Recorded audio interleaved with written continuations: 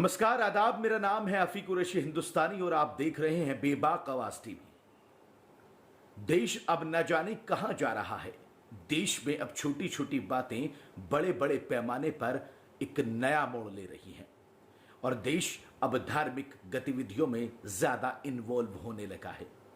मामला कर्नाटक से जुड़ा है।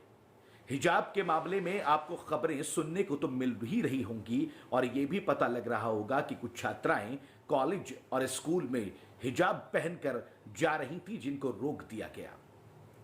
रोकने के बाद में उनसे यह कहा गया कि आप हिजाब पहनकर न तो स्कूल में और न ही कॉलेज में एंट्री कर सकती हैं, लेकिन छात्राओं का कहना था कि यह हिजाब उनकी संस्कृति के मुताबिक पहनावा दिखाता है और उनको पहनाता है, इसलिए हिजाब को लेकर स्कूल या कॉलेज में उनकी एंट्री होनी चाहिए, जिस पर किसी को आपत्ति नहीं होनी चाहिए। मामला देखते ही देखते राजनीतिक रूप ले गया। राहुल गांधी से लेकर प्रियंका गांधी तक और बीजेपी के बड़े नेताओं तक सब इस हिजाब के मामले में कूद पड़े। हद तो तब हो गई जब एक दूसरे समुदाय के लोगों ने अपने गले में भगवा दुपट्टा और भगवा कलर का कुछ कपड़ा पहनकर कॉलेज में जाना शुरू कर दिया। और यह सिर्फ इसलिए था क्योंकि वहां पे एक समुदाय के लोग यानी मुस्लिम समुदाय के लोग जो छात्राएं थी वो हिजाब पहनकर स्कूल और कॉलेज में जाना चाह रही थी।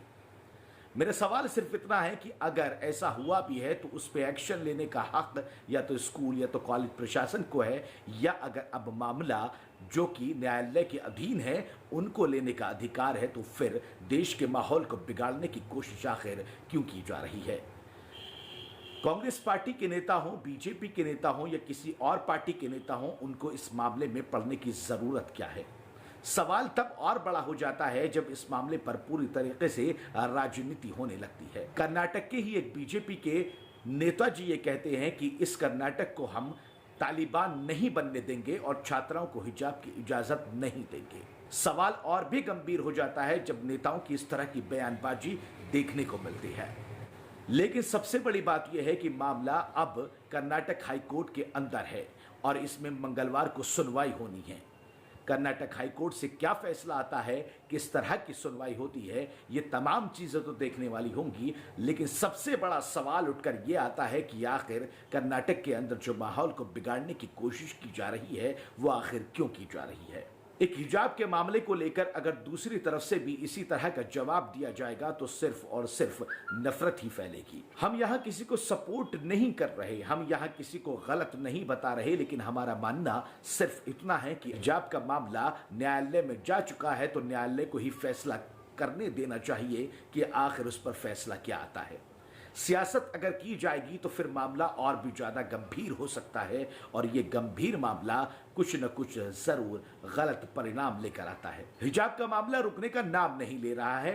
छात्राएं लगातार प्रदर्शन कर रही हैं, लगातार मांग कर रही हैं कि ये उनकी संस्कृति के हिसाब से पहनावा है जिससे किसी को ऐतराज नहीं होना चाहिए और ये पहनकर वो कॉलेज और स्कूल में प्रवेश करेंगी, लेकिन प्रशासन वहां पर मानने को तैयार नहीं है।